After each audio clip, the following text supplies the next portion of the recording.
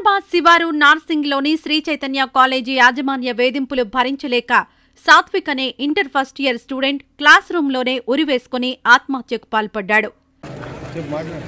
నా పేరు షణ్ముఖ్, నా ఫ్రెండ్ పేరు సాత్విక్. తను నిన్న నైట్ 10:30 ఆ టైంలో తను సూసైడ్ చేసుకొని క్లాస్ రూమ్లో చనిపోయాడు.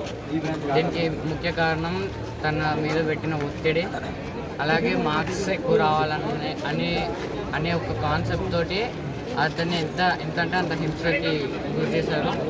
అలాగే తను కూడా మధ్య కొంచెం డిప్రెషన్గా, అలాగే మాతో కొంచెం దూరంగా ఉంటున్నాడు. దీని అంతటికి కారణం కాలేజ్ పెట్టే ఒత్తిడి వల్ల. ఈ ఘటనతో కాలేజీ వద్ద ఉద్రిక్త పరిస్థితులు నెలకొన్నాయి.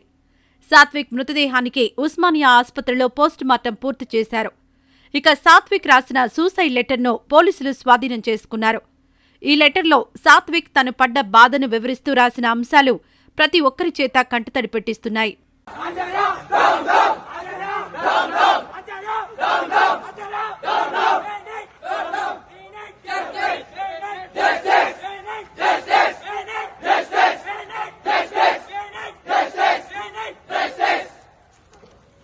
అమ్మా, నాన్న, ఐ లవ్ యూ.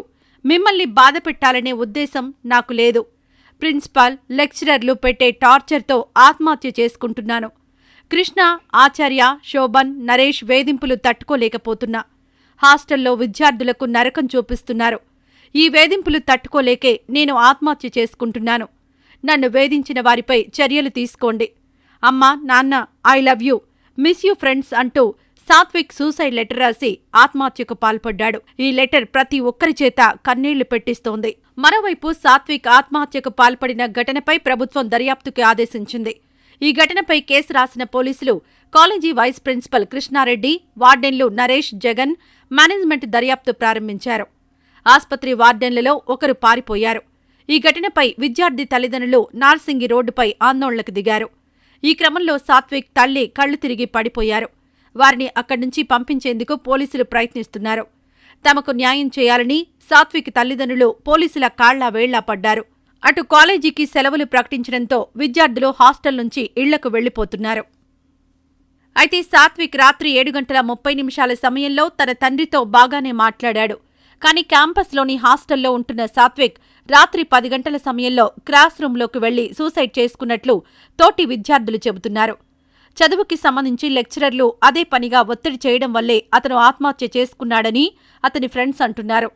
సరిగా చదవట్లేదని, ఫెయిల్యూర్ అని కించపరచడమే కాకుండా అందరి ముందు సాత్విక్ని కొట్టేవారని, ఆ అవమానాలు భరించలేకపోయాడని అంటున్నారు. కాలేజీ యాజమాన్యం సాత్విక్ని కనీసం ఆస్పత్రికి తీసుకెళ్లలేదని విద్యార్థులు ఆరోపిస్తున్నారు. తామే బైకర్ని లిఫ్ట్ అడిగి సాత్విక్ని ఆస్పత్రికి తరలించామని చెబుతున్నారు. అయితే ఆస్పత్రికి చేరేలోపే సాత్విక్ చనిపోయాడని అంటున్నారు.